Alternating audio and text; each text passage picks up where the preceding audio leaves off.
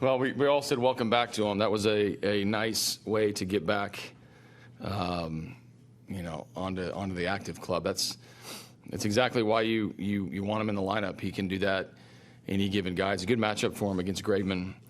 And we didn't do a lot. We did enough. The 2 homers, obviously the walk and the base hit, that was pretty much the extent of our offense. But it was nice to see him around the bases.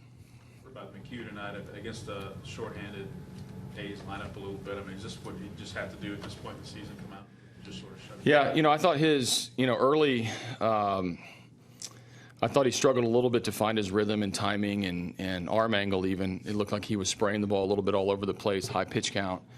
And then in the middle innings of his outing, he really got into a nice groove. It looked like his finish on his pitches were good. His curveball got a lot better as the outing went on.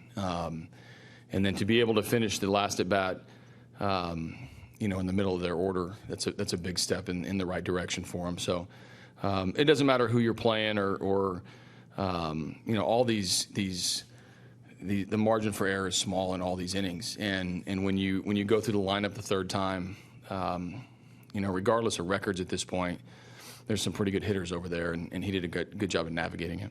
Were you surprised that he was able to waste no time? Rasmus, I mean, he's been on the DL for a while. Well, I'm never really surprised by Colby. You sort of expect the unexpected from him. I will tell you, when we got back from the road trip, watching him work out for a few days, you could tell things were a little bit different for him. He looked healthier. He looked more like himself, the upbeat attitude, the strength in the swing. He'd done a lot of work for the week that we were gone, doing some hitting. And so, once you see that bounce in his step and the strength back in his body, we felt pretty good about it, and that's why we wanted to activate him. So I think the matchup, the time of the year, the trust in him. He's done this before, where he's come off the DL, having not gone on a rehab assignment and done pretty well.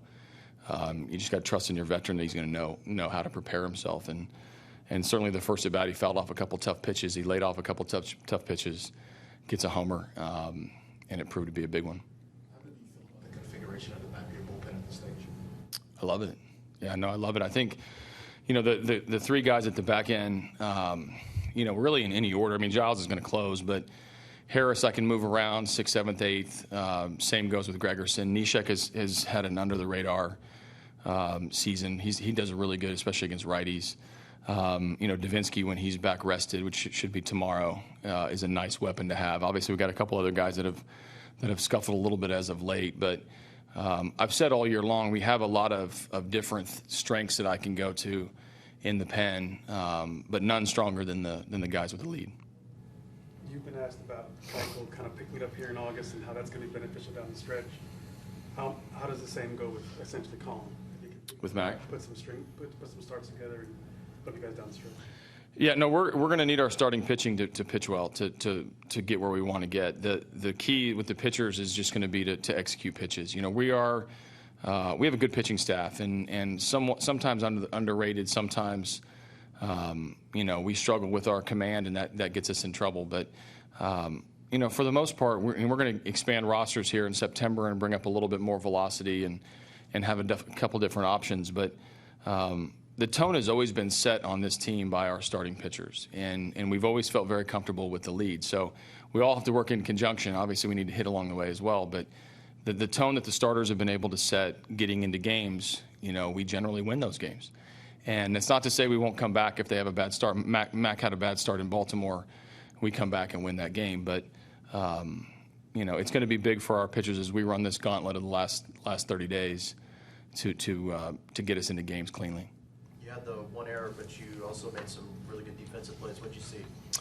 Yeah, no, even the error was a tough luck error. We had him shifted up the middle, and it was to Correa's backhand. But, again, Colby comes off the DL, makes a great play and a great throw to Castro, who makes a great tag. He made another great play, hugging the wall. Springer made some running catches. Our infield makes outs. I mean, it really is a staple of the good version of us is we don't give extra bases and we don't give extra outs. So it's nice when we do a little bit of everything. We hit a couple homers, we drew a couple walks, we got the 2-out base hit from Bregman. We play good defense. We stole a base at the right time. Things that lead to winning baseball, and that's good to see. I guess just how important is it to cap off this series with a sweep? Well, we need to try to win every game. I mean, it's important for us to try to win as many games as we can. So I think we put ourselves in a position. We've already had a winning homestand. We've already won both series. Certainly getting on the plane, heading to Dallas this weekend, we'd love to cap it with a win.